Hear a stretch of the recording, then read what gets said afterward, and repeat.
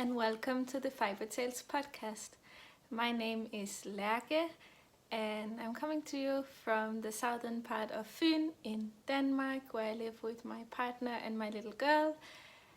And this is a very special episode for me because we are now 5,000 plus people in this little podcasting community of mine of Fiber Tales, and that is just so crazy because when I started doing this I had no idea how many people would want to watch this podcast. I had no idea if I even was good at it, or at least if it was something I would like to do. And I don't know, I was thinking about it for a long time to begin this podcast, and also because English is not my first language, and I know I get comments that my English is great and stuff, but I never lived in an English speaking country, so English for me is just like a language that I use as a tool to communicate. So I haven't really spent that much energy or time perfecting the accent or my vocabulary or these things. So I was a little self-conscious about my language skills and just about being on camera in front of a lot of people. But at least when you start, there are not a lot of people, so it feels a little more easy. And actually you start feeling a bit of pressure once you realize people are joining. But it's also really nice because it means that you like what I do and that you want to follow along on this journey of this knitting journey and designing journey that I'm on. So thank you so much for being part of this. I want to call it community because I feel like it is. I love reading your comments. I love the chatter in the Ravelry group. So yes, and so I also reached 5,000 on Instagram, which is equally exciting because on Instagram it's more pictures and it's a little bit different, a different concept, but I really like both platforms. So I thought since I reached the 5,000 on both, I would do a little bit of an introduction to me and my knitting history, because I don't think I ever really did an introduction. In one of my first videos I talked about growing up on a farm with sheep, so if you haven't watched that you can go back and watch it. And it's funny because I didn't realize that some of the things I explained would be a little bit of controversial for some people, especially talking about eating the meat and having sheep. But yeah, I grew up on a organic farm with Gotland sheep that were both used for their wool. So as you can see, I'm wearing a Gotland wool sweater from my parents' sheep, and also the meat was used. But I always felt really great about this way because, as I said, it was an organic farm, and at least in Denmark we have really strict rules about organic farming, and that means the animals have the best life possible for animals used as to eat. So yes, I grew up with sheep, I grew up with wool, I grew up knowing this world pretty well, and I also grew up in a family of a lot of crafters. All the women were knitting, doing embroidery and so on. My one grandmother was spinning as well. She spun wool that was used for some of the sweaters. I think this one's not, I know this one's not hand spun, but we have some hand spun sweaters, Gotland wool sweaters from my grandmother. They're just the most luxuriously soft, beautiful sweaters. And she used to knit us all socks for Christmas, this grandmother. The other grandmother was actually Dutch, and she's the one I had closest to my house, so I would spend pretty much all my afternoons with her. And she taught me how to do most crafts, so we would always make Christmas presents. I have this memory really clear that we would we would kind of plan a project and start crafting this thing. So normally in the beginning it was mainly embroidery, and my grandmother, she came from a wealthy Dutch family, so with the servants and stuff, and she was brought up to be a proper woman who would embroider and do all these crafts and not do too much else, but also she was allowed to go to the university. And because the war came, she had to go underground because of her not having the same beliefs as the Nazis. And then after the war she came up here to Denmark, and that's where she met my grandfather, and she stayed, and she became a farmer's wife actually. So she went to a little more practical crafting, and I remember she taught me how to knit, and she was knitting both, I guess, throwing. I remember she would have the needle under her arm and knitting like that, but she taught me how to knit the Danish way, or the way most Danish people knit, which is holding the yarn in your left hand. And I always get confused with the continental English, or whatever the name is, so in case I just, the left hand, where you don't throw. Yeah, so I remember one of the first projects I knit was a pair of, how they called, you used to hold warm things. Oh, I have no idea, like a square. I just knit a square, and it was in garter stitch, and we knit 2 pieces, and she put some kind of, something in the middle to make it less easy to burn your hands. And my sister made the other one. So I made 2 pieces, my sister made 2 pieces, she sewed them up. Sounds wrong, sewed. She did all the details, but I did the knitting. And that was my first knitted piece that I remember. And yes, we always had those Christmas projects that we would prepare for Christmas. And I also had knitting lessons in school, so we have this kind of, or we had, I think it's changed a bit more into something called design, and I don't know what exactly the topic is today, but when I was a kid, when you're 10, you had 1 year of crafting, so you would learn how to do all like sewing. You would get like a little sewing machine driver's license. Actually, now again the word, I sew into my finger with the machine, into my fingernail. That was pleasant. And we would have to learn to knit. And I already knew how to knit. I remember I could knit a square, and everyone else had holes and weird shapes and so on. I could knit a square with no problems. So I don't remember her teaching me anything new, but I knew how to knit already. And yes, so knitting was a part of my life since I was a kid. My mom would knit. My mom knit this one, and she would always knit this colorwork sweaters using the yarn from the Gotland sheep as the base normally, and then adding in other colors of Gotland yarn. And I remember always having to hold the yarn. I never knew a Swift existed. We would just sit and hold, and my mom would wind the balls, and that would be like evening entertainment while watching TV. So it was a very simple style of knitting. I don't remember, there was a lot of, I guess there were some techniques, but I don't remember them being taught as techniques, or we would not like block the knitwear, and it was very simple in some ways.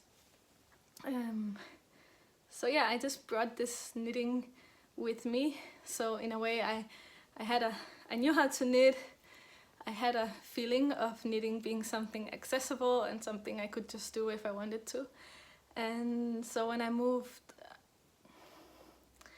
I don't remember exactly when I started knitting again, but in my teens, I remember I lived in Italy. I did 1 year of exchange in Italy, and I was living with this wonderful woman, the best person in the world. And she was knitting a lot. She was a really speedy knitter with the long knitting needles and under the arm, and she would just be like, and I was so impressed with her knitting that fast. And I would go back there every half a year, back to Italy, as often as I could after my exchange year. And I remember bringing knitting on those trips, and I also remember not knowing how to purl. I mean, I knew how to purl, but I had forgotten, so I kind of invented it, and was a twisted purl. And then later I reinvented it to the technique I'm using now, which means I didn't watch any videos. I just kind of figured it out. But that style, when my mom saw me purling that way, she was like, that looks wrong, because she's doing Norwegian purling, I think it's called. But it's fine. I've seen other people use this technique, and actually when I noticed that it's often the one you refer to when you talk about knitting with the left hand, so I just flick a little bit with the finger when I'm purling. Instead of going in and having the yarn on the back, I have the yarn on the front. So, I don't know. I thought I invented it myself, but then I realized that many other people do it this way, so I didn't really. Yeah, and I just kept knitting up to my teen years, but I wanted to spend all my money traveling. I never thought of yarn as something that should be expensive, so I would just buy cheap yarn, and mainly I would knit for presents. So whenever when I started having nephews, I would knit small things for them.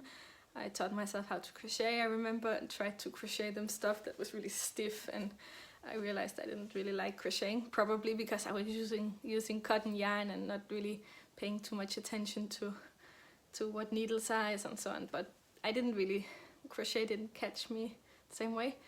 And as long as I remember, I was always designing patterns, but with no math, it would just be more like trial and error designing.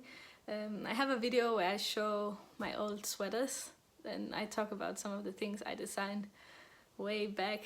It was way more colorful. I really loved colors. I still love colors, but the older I've gotten, the more muted colors I have. I've changed into a little more muted color scheme, and I think that when I got pregnant with my first girl, she's 3, so 4 years ago, I realized I started finding those children patterns on Instagram and finding this whole new world of knitting for babies, and it was very interesting. And I started realizing that you could design, there were indie designers, and that they weren't like regular people, because for some reason I thought if you were a knitwear designer you had to be something special. Not that it's not special, but you had to have an education in knitwear design or something. And then slowly I just built up the courage to try to knit my own stuff in a different way, because as I said, I always knit my own stuff, but maybe in a little more serious way. And I grew a lot as a knitter once I discovered the whole knitting community online, and yeah, it was really wonderful, because I've always felt pretty lonely as a knitter. I mean, my mom knits, my sister knits, and my grandmothers were knitters, but it was never something I could ask my mom for help. For example, I remember knitting this sweater for one of my nephews, and it was bottom up, and then when you had to attach the sleeves, I was in so much misery. But I didn't have this community of knitters that were like as passionate, or how should you say, to see the passion, because knitting was more like a practical thing that you would do, but it wasn't I don't know, it was not really considered a hobby. It was just considered something that you would do, much more natural, but also a little less a choice. I don't know how to say that, but yeah, so, and I started learning more about yarns and figuring out which kind of yarns I liked, and that cheap yarn is maybe not I don't enjoy the finished product, and I don't enjoy working with the cheap yarns, not necessarily because they're cheap, but if they have acrylic or they're superwash, I just don't like it that much. And I don't know if it's because I grew up with very rustic yarn, but also for a period of time, rustic yarns, I remember as a child, they were itchy, and many children just have these memories of rustic yarns as being painful. So I don't know what changed, but I started realizing that I actually grew up with this knowledge about yarn and fibers and sheep, and that I kind of went back to that and thought it was very interesting again. So I think my parents have also been surprised that I started asking more questions and paying more attention to the yarn and so on. So I think that's all. Yeah, if I have anything else if you have any questions about it, I wanted to put in the beginning, but I think I forgot to say that I get some questions about my name, for example. My name means lark, like the bird. It's a little brown bird that sings. So it's Lærke in Danish. It looks complicated. It's not that easy to say, I've noticed, for foreigners, but it's becoming more and more popular. A lot of young girls have that name. When I was younger, no one had that name. My parents are biologists, so I guess my dad really likes birds. So I guess that name really, they liked it. Yeah, anything else you want to know about me? You can ask in the comments. If it's too personal, I might not answer, but I don't mind telling a bit more about myself, although I feel sometimes it's a bit weird, so many people knowing stuff about me. So I also talked almost 20 minutes about my history. I think that's enough. I wanted to talk a bit more about knitting. I haven't been recording the last week because I've been knitting like a crazy, but on a sample that I talked about before, and I have sent it off, so I had some time to knit on something else. So I've been knitting away on the socks that I've shown you before. I actually managed to finish one sock. So this is one. It looks really short, and I am a little bit afraid it's too short, but I don't have big feet and it fits okay. I just have to see when I block it if it has just a little more give would be great. It's knit in lana grossa. It's the Scandic yarn. How do you say? It's not a colorway. They have different groups of yarn. This is the Scandic. It's the self-striping. It's tweedy. Has a little bit of pink specks. Yeah, and just stripes, like different stripes. I did an Eye of Patridge heel, and I think I mentioned I would like it to have been a little bit longer, but it's fine. It fits me fine. And just I did the toe, like increasing every row until some point, and then every second row, and then every row. So it's not so pointy, but I don't have long toes, so I don't really need a pointy toes, and I just kitchen at the toes. So that's one sock, and I cast on the second one. Here's the ball that is looking rather deflated by now. I have the second cuff. This is just something I bring in the car or whenever I have a moment to knit and I don't feel it, like also changing the needle size a little bit. I will bring on this one. What I don't understand is there were two pink ends to this yarn, so I figured that, okay, one end from the inside had pink that would go from the inside and pink from the outside. That was like the waist yarn that you kind of, so you know where to start the second sock. And so I thought they would be identical, and I started, and they have the same like light gray brown stripes and a little bit darker gray. I don't know if you can see, but it's actually stripy up here. But then it turns into the white or creamy beigey color, and here it goes into the light gray. So I don't understand if I should have done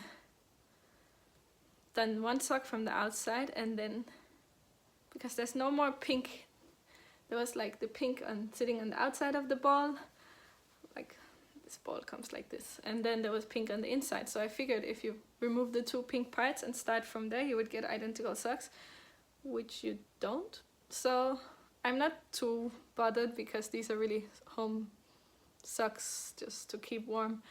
I work from home now most days. I also do teaching out in the city, but most days I'm working from home, so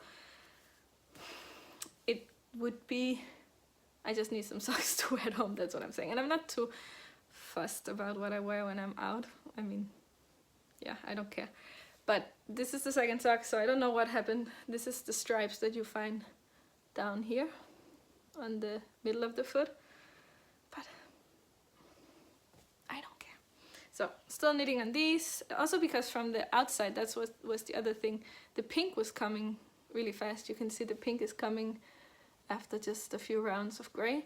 So if I was pulling from the no, I am pulling from the outside. What am I saying? Am I pulling from the inside? No, I'm pulling from the outside now. I don't know. I'm pretty sure it should have been, I did it the right way, but I didn't read any instructions on the label or anything, so maybe I'm just wrong. These are my Lana Grossa socks that I'm, vanilla socks, no particular. Let me have some tea because I talk so much and I'm getting really thirsty. Okay. Yeah, I had some plans that I talked about last time, and I thought I was gonna cast those things on as the next project, but then, and it rarely happens, I'm not impulsive, but it doesn't happen that often that I see a pattern and I just have to cast on straight away. But I saw a new pattern was released and I saw it on Instagram. It's by Ysolda Teague and it's called the Corstorphine. It's a little bit funny because I want to read this Corstorphine or something like that, but it's Corstorphine cardigan. And once I saw it, I just fell in love because it has a small and a big version, so you can knit one for yourself and one for your little one. And I just thought it would be so adorable to have matching cardis, me and my little girl.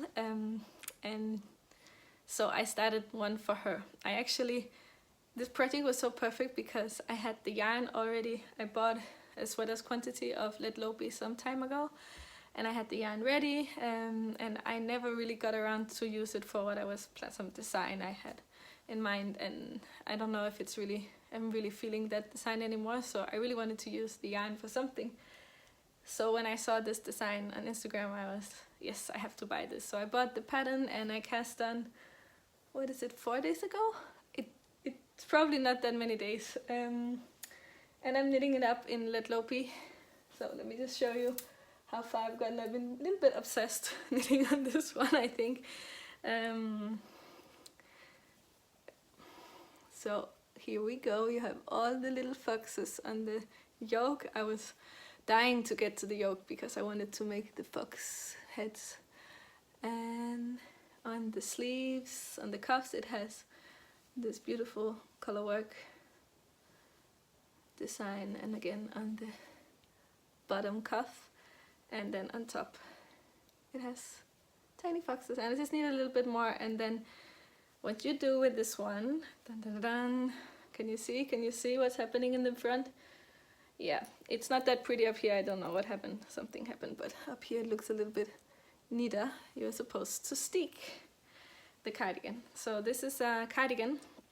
I guess you couldn't make it as a yoked sweater, but it's supposed to be a cardigan, and I really like cardigans for my girl and for me because it's easier to regulate. It's so cold outside and we keep the heat quite high in the houses, so it's much easier to take on and off, I feel, or to regulate with the cardigan.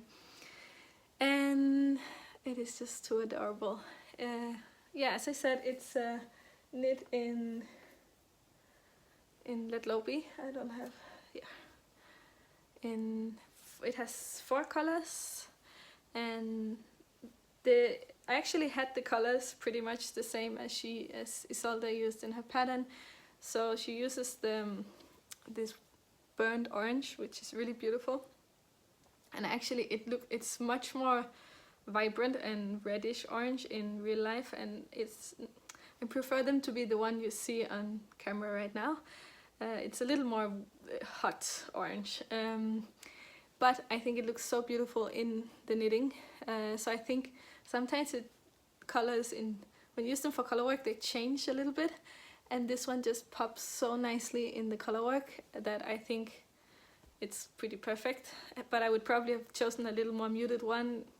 Again, you can't see the proper color, it looks way more muted on the camera, but I would probably have chosen a more muted one, but that, yeah, it works perfect, this color. These are little foxes, as you can see here. And this color is called, let me just check because I have the note here with the color names. It's called Rust Heather. And if you go to my Ravelry page, I will link down below, I will have all the numbers listed as well, but I'm not gonna sit and say all the numbers because numbers are so boring. Yeah, so this is rust color that's used for the fox and for the little details like here. I just love how it pops. And the main color is this one, which is called Ash Heather. I think it's this one, or yeah, Ash Heather. It's just a light gray, and I think it's the same as Ysolda used in the pattern, but then she uses a dark gray and a middle gray, and I actually had, instead of those, I had this one, which is called Murky, just Murky. And again, it's showing a little less warm on my camera today. I guess it's because I had to turn on the light. And it's just this beautiful brown with gray, light brown with gray. I really like this color, and I chose this one for the, that will be the cuff, as you can see here, and it will be in the middle for the button band and on top as well. And I have for the darker brown, this one is called Chocolate Heather, I think. Chocolate Heather? Yeah, Chocolate Heather. And it's just a darker brown, and I think it works perfectly. So instead of having these two as a lighter and a darker gray, I just have, they are more brown. So this, my version of the Corstorphine cardigan, let me show from the back because I think it's a bit more pretty. It's a little more warm, but I just think it's so great. And I didn't swatch for this one. Which I think is a little bit insane now that I don't want to swatch. I don't want to realize. I'm going to try it on, and if it doesn't fit, there's a little boy coming in January, and eventually he will be able to fit into this one. I think it's a perfect unisex colorway. Works for boys and girls, will be great to go. Yeah, actually I tried the sleeve on her, and I have held up the body to check that it would fit her, so I think it's okay. The size is the smallest one in the pattern. It's the 3 to 4 years old, so I think it should be okay. She's 3 and some months now, and yeah, maybe it won't fit for next winter, or maybe it will, but I can knit it again. I've used one skein for the body up until the armholes, then I used one skein for the 2 sleeves, and I'm on the 3rd skein for the rest of the body, and I have enough. So 3 skeins for this one, and then the contrasting colors I'm not using that much, so I should have enough, I think, for a second one in a bigger size if I want to make it again. I don't have enough for me, but since I bought this yarn, I think over a year ago, it doesn't bother me that much, because I would probably have to buy more for the for me to be able to make a second. Yeah, I would have probably, I don't know if I could find the same dye lot, that's what I'm trying to say. I have 3 more skeins of the gray, so I could probably get away with knitting with a little leftover, knitting the next size up, maybe. And then if I want to knit it for myself, I would buy new yarn. I've got some questions about Lettlopi and how I feel about it. I find it's quite rough to knit with. I don't exactly enjoy it, because I've been knitting with Lettlopi, which is like the unspun version of the same. It's from the same brand, from Istex, and this one is single ply, but it's much harder. It's much more sturdy. It's not gonna break easily, although you can break it. I just work it a little bit, and then you can break it and it's really easy to split splice as well. So I did that in the pattern, and it just looks perfect. Not the pattern, the sweater. So what am I saying? I like the yarn because it's very beautiful colors. It works really well for color work, and it's very sticky, so it just sticks together, which can also be annoying sometimes, because if you don't catch, when you're knitting, if you don't get the needle in correctly, it catches little strands and it gets a little hard on the hands. like you have to force a little bit more to work with this yarn. And I think this one is very scratchy. For me, it's pretty scratchy. So for me, this is for outerwear only. Outerwear that is not really touching like a head, of course, outerwear, but I wouldn't really want it on my neck. And of course, this cardigan will go up to the neck, but you could wear it with some turtleneck, or I would simply wear it with, excuse me. Oh. I would wear it with just a scarf, like a soft scarf around the neck, and you're good to go. And especially when you're outside, unless you're sweating a lot, it should be fine. It's mainly when you start getting warm that it gets more itchy. So I really love it for the colors. I love it for the fabric it creates. It's very dense and thick and warm, and it's gonna be really nice as an outer layer. Just if you want to work with it, be realistic about what this yarn is for, at least in my opinion. The Lettlopi is much more soft, but also not as defined, so you wouldn't get this defined little foxes. They are so cute. I really love them. I think the details on this cardigan are just perfect because it's not a big color work. I also like more complicated color work and big yokes, but I just really like that it has a little bit, not too much, and it's really, really well done pattern. I think Ysolda really did something special with this one. So that was the Corstorphine cardigan. I think it will be done. I will be done with the yoke maybe tonight, and then tomorrow I can try to steek it, which I will try to talk more about because it's my first time steeking anything. I haven't tried to steek anything before, so that's gonna be really exciting, I think.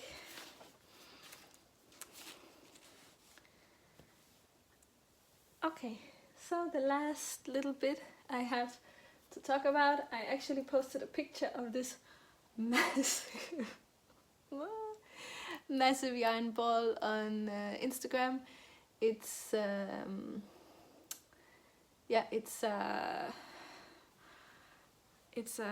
what am I saying? It's a yarn my partner got me from Dublin when he went there last year. Actually, around this time last year, he went to Dublin for work, and I asked him, please bring me back some tweed yarn, some Donegal. That should be what you get home from Ireland, right? But he actually, they had, where he bought this, they also had some tweedy yarn, but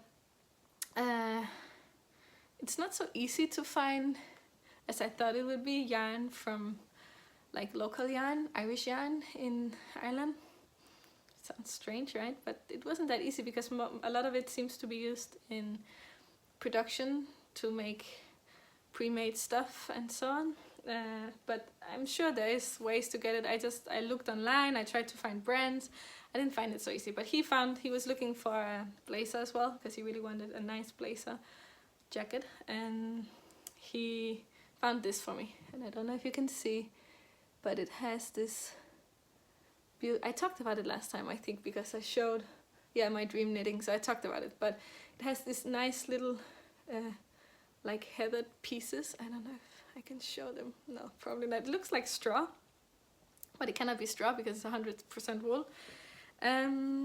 So I wound the ball, I made a little swatch trying out some different stitches, and I posted on Instagram if you would be interested to follow along on this design. I want to make a really simple cardigan with this yarn, and I only have 250 gram skeins of this, I think it's a worsted weight, but don't quote me on that, I don't remember. So I want to see what I can make with it, because I'm not gonna get any more, I don't think, at least not from the same dye lot or batch, and I just want to try to make something with it. So I knit up the little swatch, and my plan is to make the cardigan and to, for once, show the process instead of hiding, because I feel like I've been doing a lot of secret knitting lately, and I really want to share what I'm doing a bit more. So yes, you can follow along. I'm not gonna put too much pressure on when I'm doing this, when I will be done with this. Probably also, that's one thing, once I show some knitwear, I saw someone else talk about it. Who was it? Someone else designing talked about it on a podcast, that once you show, people get really impatient when it's gonna be published, and that's true. I mean, when I show something on the podcast, I get a lot of comments on when is it coming out, and it's great.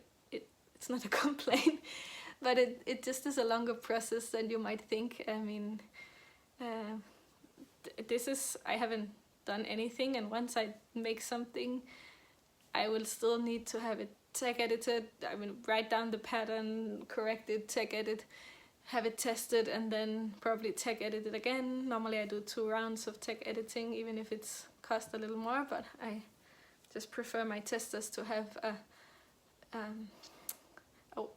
almost finished version, because I still don't feel like I can trust myself not to make mistakes, because you make mistakes whenever you write anything or like bigger work on something. There will always be mistakes, and I want it to be almost done for the testers. So, and then once they're done and I have their feedback, I will normally have it edited a little bit again and see if anything should be changed.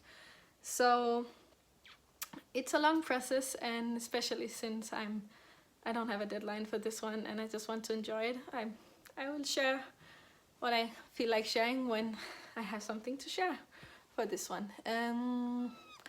There's also another thing. He's really busy in the belly right now, the little one, so it always feels strange when somebody's poking you from the inside when you're trying to talk. What I was saying, yes, about designing. I am trying to close down a little bit, finish up designs. I have my mitts that I showed you before. They should be, I'm a little behind on those. I'm sorry if you are one of my testers, that I just been really busy with other things, and that one had to take a little bit of a backseat. But my mitts should be coming out soon, and then the shawl I've shown a couple of times, the Hyllebær shawl, is also being tested at the moment. But once those 2 are done, I'm not having any more patterns that I'm working on to be released now, before Christmas, before the new year. Except from some secret stuff that I cannot talk about.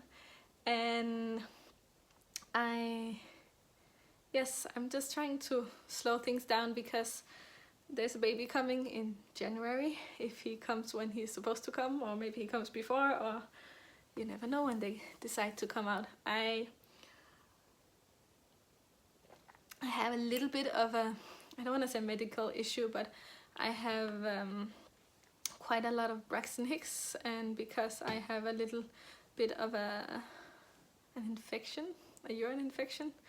Sounds lovely, but you can get those when you're pregnant, and they cannot get rid of it with penicillin, so I have to slow down, take it easy whenever I get too many Braxton Hicks, and it's really not my style. They told me to lie down, and most times I just sit on the couch and knit when I'm supposed to relax. That's why I'm doing a lot of knitting lately. But that means I am supposed to take it slow for the next month, so you don't want the baby to come too early. And the other thing is, I am being a bit cautious about how much I plan to do once the baby's here. First of all, we will have 2 kids, which I have no idea how people do. I know people with 3 and more kids, it's not that, but 2 kids just seems a bit crazy to me.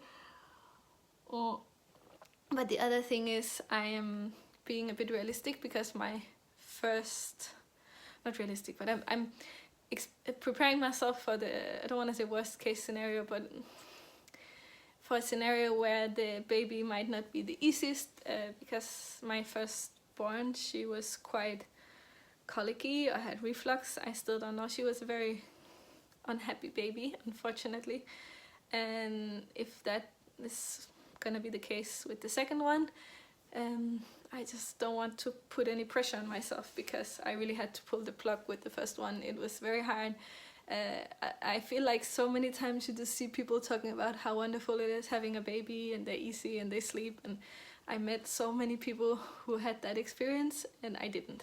It was very hard, and it's okay.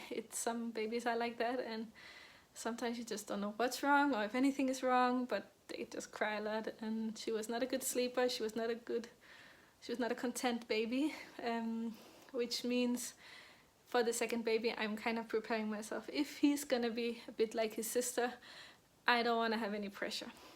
And maybe it turns out he's totally different, which I've heard gotten a lot of comments about.